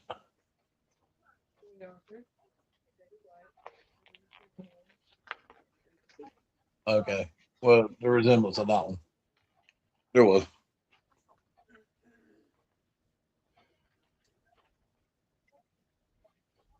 There's I had my headset down on me as it does.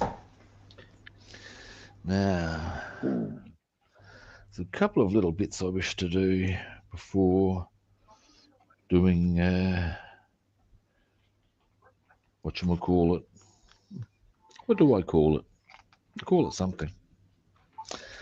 Diana Rigg was in a film where at the end she got married but was killed. Very famous spy. The what? Diana Rigg. She's in film. Oh, yeah. Very famous spy. She's married to him and then died.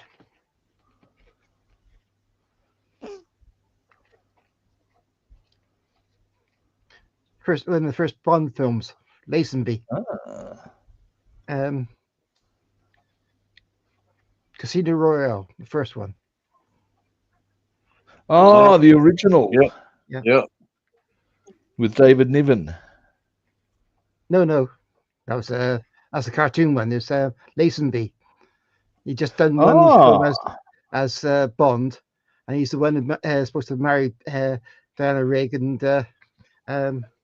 Bloomfield was going by in the car, fired at them, but the shot killed Diana Rigg is in the film. Yeah, right. Yeah.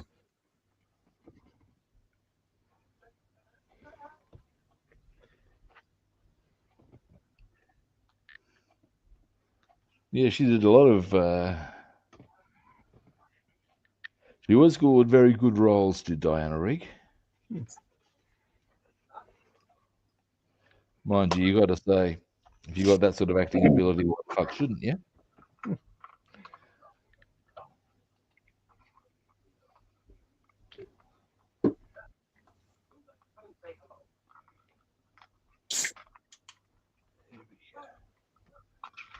This is just the underside of the runner. There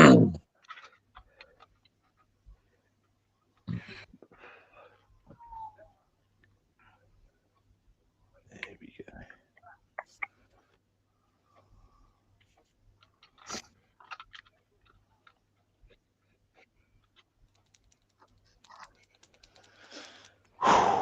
Alrighty. I'm trying to decide if I should wait a bit longer before trying to put the rear area of the hull on. And I reckon I probably should, just to make sure it's all nice and dry. Alrighty. Now, there's something I need to do. I need to paint parts of the window areas.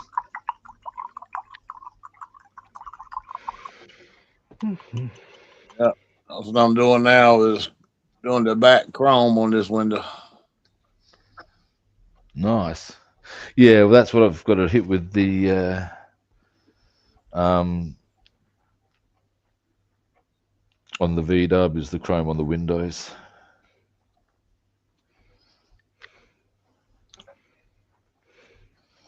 All right.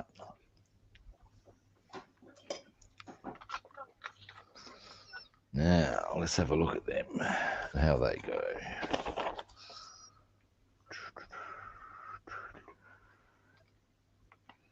Yeah. Yeah.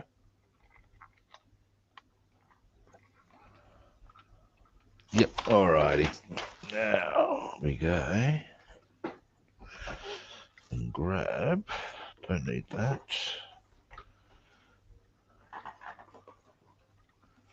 Do need these.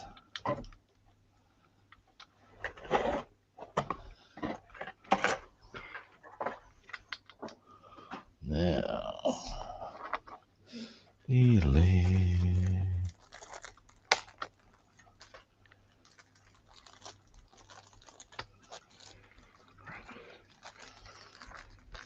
now, let's have a look. Oh, yeah. Oh, yes. I tried using that chrome film for windows and door handles, and I can't use that stuff. Some people can. Yeah, I can't. sometimes it looks easy, and then you go to try it. Yeah.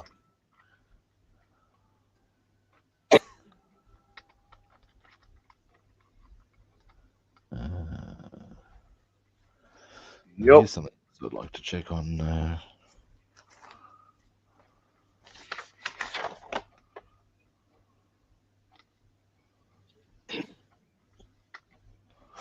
Alrighty. Now,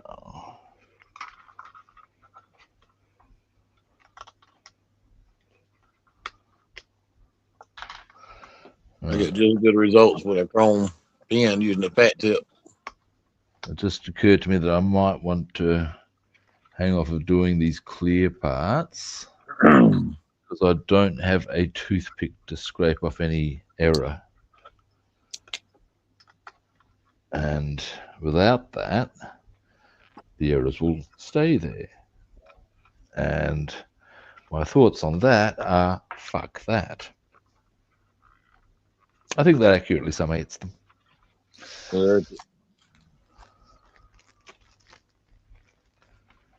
Now,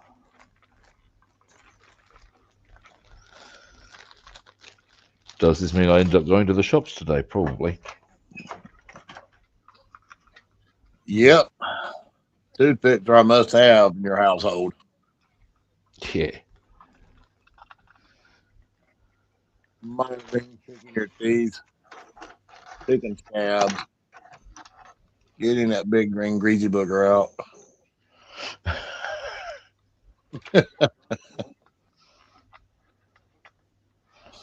Now, the one thing I'm also after, give me a moment.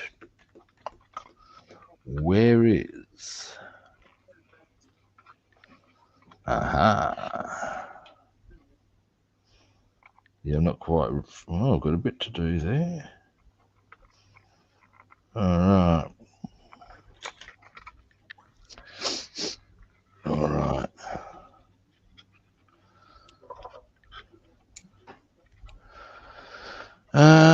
Let's see.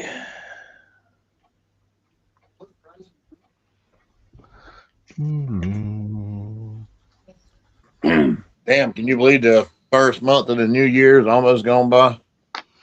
Oh, yeah. I can believe that. It sucks, man. I tell you what I can't believe. The fact that some places have already got hot cross buns out. That I can't believe. They've got Easter eggs out. Yeah. Oh, yeah, okay. We both went, what? It's like a bit zealous, are we? You know, fucking hell. It's not even been. They haven't even gotten whatchamacallit out of the way yet. You're right. Yep. That's how our Walmarts are. That's how our Walmarts are. Got Easter out already. Here's a funny Easter story or concept for you. I remember one of my nephews saying how when he was a kid, he had no problems with the concept of Santa Claus, but he found the Easter Bunny a stretch too far. And I've looked at him and said, are you for fucking real, mate? He said, what do you mean? He said, you didn't think there was anything slightly odd about a man capable of going around the world, dropping off presents, climbing into every single abode in 24 hours. He said, well, I was young. I'm there. It was meth. And he said, well, you got to concede that. He said, look, you got to concede that certainly the rabbit was a bit much. I'm there, well, definitely. But I fail to see how it's any worse than the whole jolly fat man. He wouldn't be that jolly. He'd be pissed off and mighty grumpy by the end of his shift.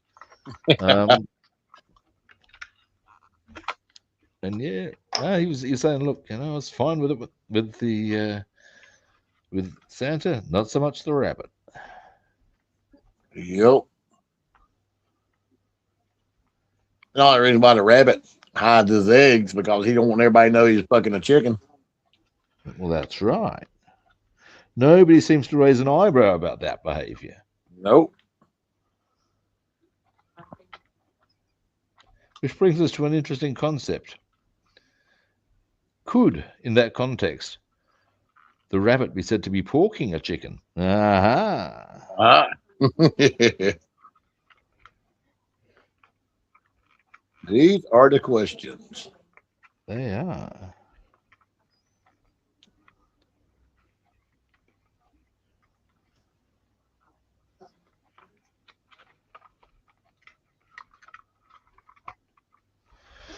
You have to change my brush, I reckon. It's not getting the job done the way I wish it to.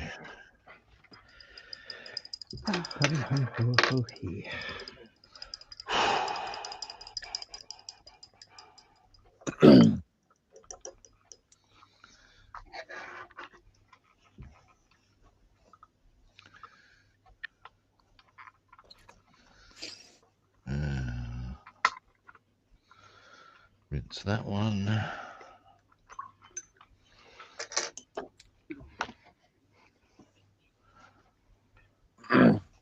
Well, I got a package coming from California, and I got a package coming from Oklahoma.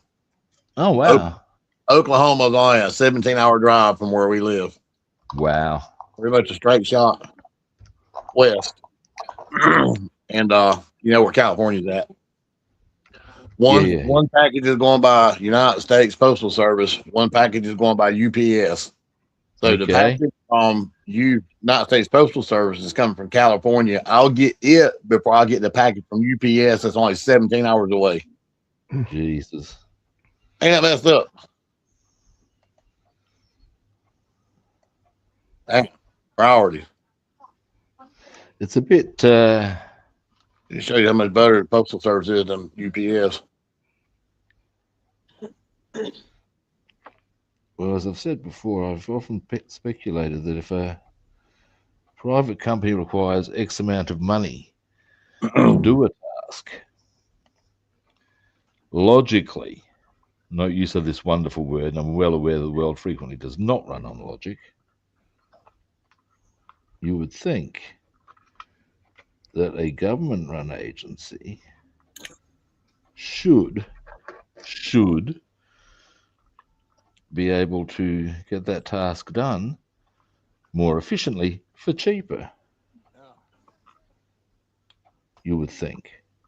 And the package, the item I bought from the guy in Oklahoma was purchased on January 7th. Wow. Yeah, there you go. And the package, the item I bought from the California is the Starsky Hutch car. And I bought it a couple of days ago. And it'll be here before the package from Oklahoma. Here's a I've got to say it just because I'm familiar with the term. And it's this. You know why it's taken so long to come from Oklahoma, right? Because they're Okies. What? They're Okies. Oh, damn. Holy shit, man. I know that term from when I was in high school.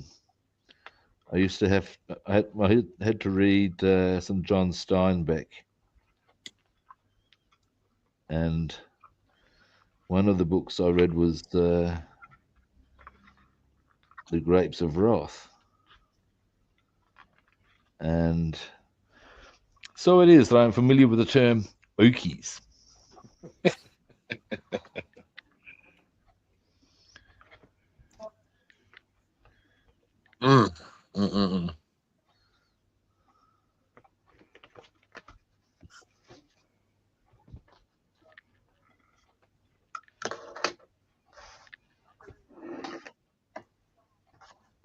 I got to say of John Steinbeck, he's not the most cheerful writer, you know.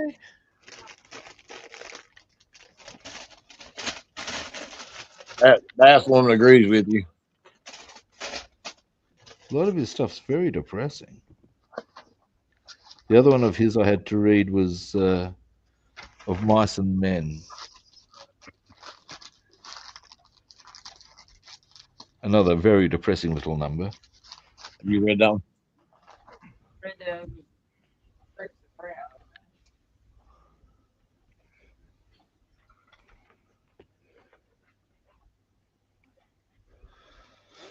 All right.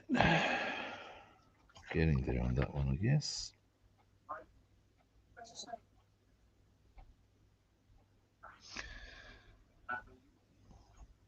There's a few books I'm actually very interested to read that I am aware are very depressing. And that's not why I want to read them, but it's mostly because they're classics in the field. And one of them is that, or actually some of the ones I want to read are by Jane Austen, who was a British. David would be pretty familiar with the name. That much I can guarantee you. But yeah, one of them's Pride and Prejudice. It got made into a movie. Yeah, Bassman was familiar with Mr. Darcy. Yeah, it's all very. It gets quite dark. It's very full on. And I've never actually read it, so I'm quite.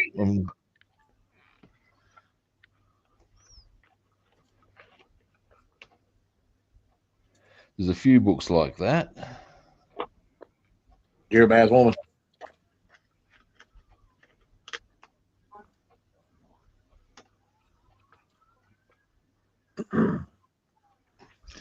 Another one I would like to read. This is actually, I think, an Australian author originally.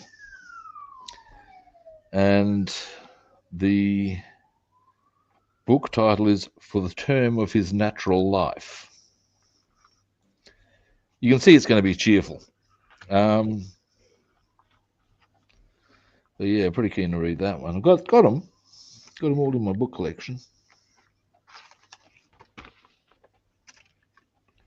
So I can do it.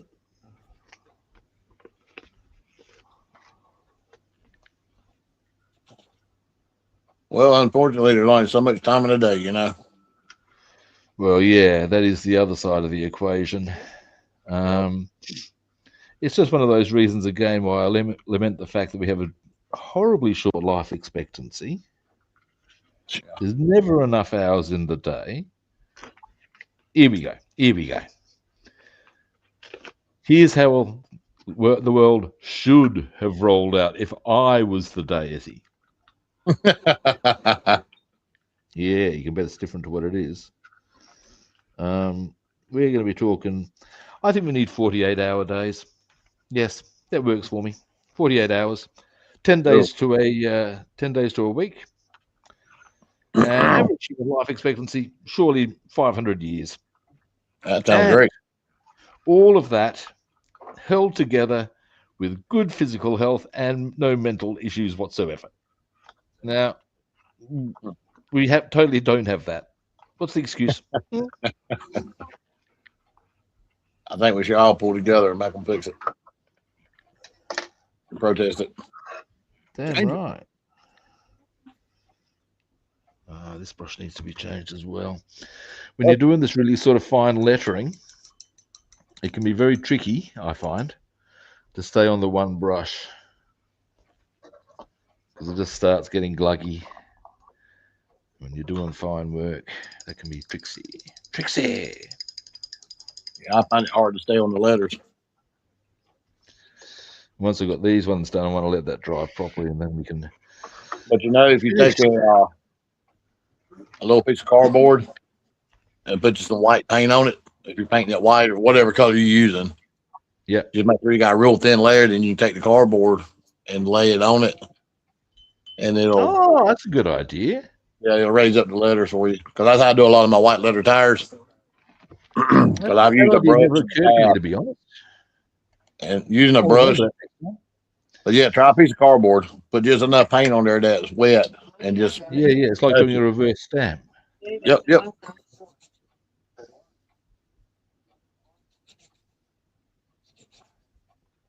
I've probably gone too far with this for the time being.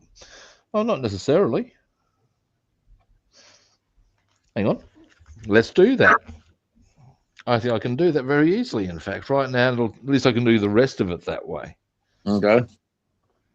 If I've got some of it done, all I've got to do is finish a little bit, but logically,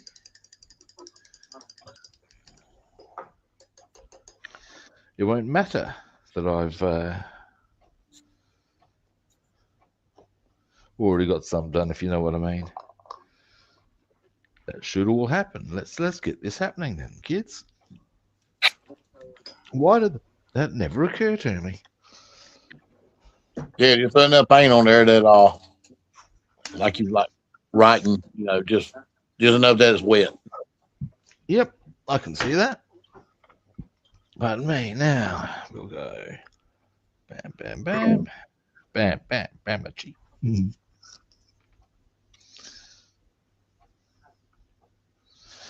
Of course, it's also obvious. Like you have your valve covers with raised letters on them, and you want to highlight them. Yeah. Like across hoods of cars, it's got Ford, Chevrolet, or whatever. Works great. Tires are a little tricky because sometimes they're curved where the letters are. You got to pay special close attention to those with the curvedness.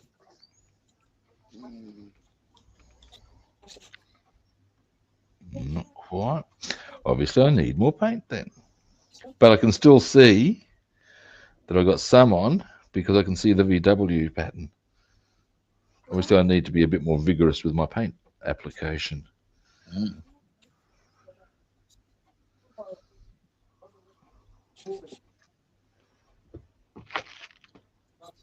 Yeah, you put enough paint on your That'll do it. wet. Yep. And then just lightly dab. Just make sure I've got it lined up.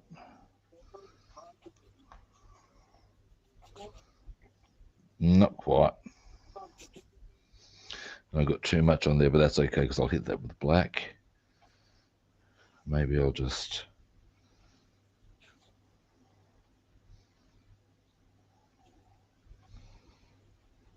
There we are.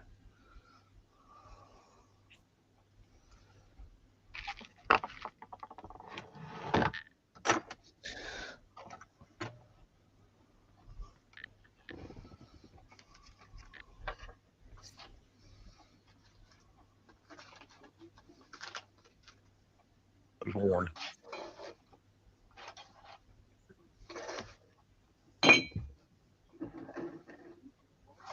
It didn't quite come up as cleanly as we might hope, but that's okay. It'll be easily tidied up tomorrow.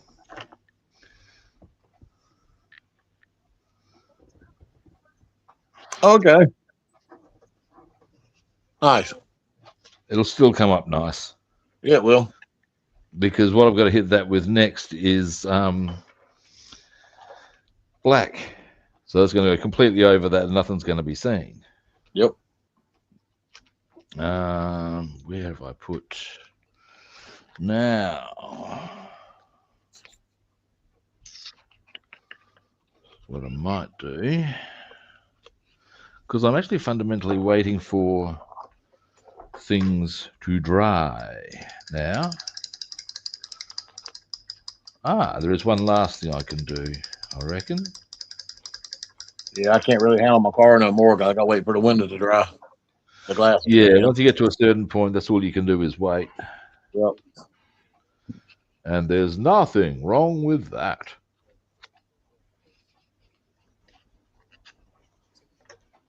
I'm sanding my tires to make them look worn. They've been driven on the road. Now, next, what I'm going to do very quickly, and because I can, is a bit of Nolan oil action on the engine. Because I might as well get that done. Where is it? Looking, not finding. Although I can always just do that off camera if I want. Here's the Nolan oil. Aha! And it's just the engine I really want to hit with this. Just to bring it up a bit more. Kaboom. There was supposed to be an earth-shattering kaboom. There's a blast from the past. Yep. Years ago when I was doing a role-playing game where we could develop your own spell lists. A spell list was basically where you had ranges on different types of spells and options, and they're all related. My character developed one called Toon Law. A whole range of spells based on what you see going down in Warner Brothers cartoons. And the most basic level spell is the Ultimatum Deliverer, which, just like Marvin the Martian had, delivered the ultimatum and then dropped harmlessly at the recipient's feet. There was indeed the Ultimatum Answerer. Marvin the Martian. I know, there's a blast from the past for you. Yeah. And I had various things. The highest level spell was the Pipe Full of Fun Kit number 7. Which is a Daffy Duck reference. So he tries to sell, he starts selling ambush stuff to both Foghorn, Leghorn, and the dog. Oh, And its man. most expensive item is the pipe full of fun kit number 7, which basically is a trap, and it launches the recipient into this bottle, and they're compressed into it. They both set each other up, and they realize they bump into each other, trying to set each other up. Oh, hey, Revan, how you doing? And at the end of the day, when they realize they've both been had, they set him up for it. Yep. And basically, that was my top level spell, was the pipe full of fun kit number 7. Damn. So all I've done there is hit this with a bit of where is it? A bit of Nuln oil to bring up a bit more highlight. Yep. Looking Now, good. tomorrow we're going to have that and everything on the bonnet. We'll get probably quite a bit of assembly done tomorrow.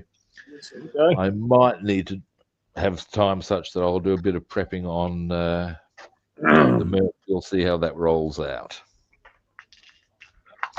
Now, what I'm going to do in the meantime is give everybody else a bit of solo time. Oh, Lord. And we'll start with you, Bassman. All righty. On my 85 olds, I got under the hood detail. Nice. I got the bucket where it actually looks like there's fluid in them. Nice. Got the air conditioning stuff all detailed up. Got the back window, side window, and I put my little, Nice. make it like a, where's it at? There you go, where the window's halfway up Ooh, and chilled. Got the Cool. mirrors in it. And nice. you can't see it, but I got door locks. I can see him. Nice. Yep. And then on my rims, I've sanded all my tires down to make them like they've been road worn. Nice. And got valve stems. Ah. My little needles I use, I cut them down and drill a little hole in the rim and super glue those in. Yeah. Little valve Cool. stem. Yeah. Nice one. That's it. Very nice. Okay. Now Thanks. it's for you, David. Your turn to go solo. Oh, it's running away. Oh, wow. Oh man, that is nice. That's cool. And got the word in the They bottom. used to have that sort of rickshaw Cool, man. locally, and the people would actually, I think they may even still have them, and basically, yes, it was considered quite the romantic thing to go to your young lady and have them ride you to your next venue, sort of a thing. I'm gonna Yeah, I don't know if they still have them in town. do a crossover. I'm gonna buy one of those. You get that off Temu?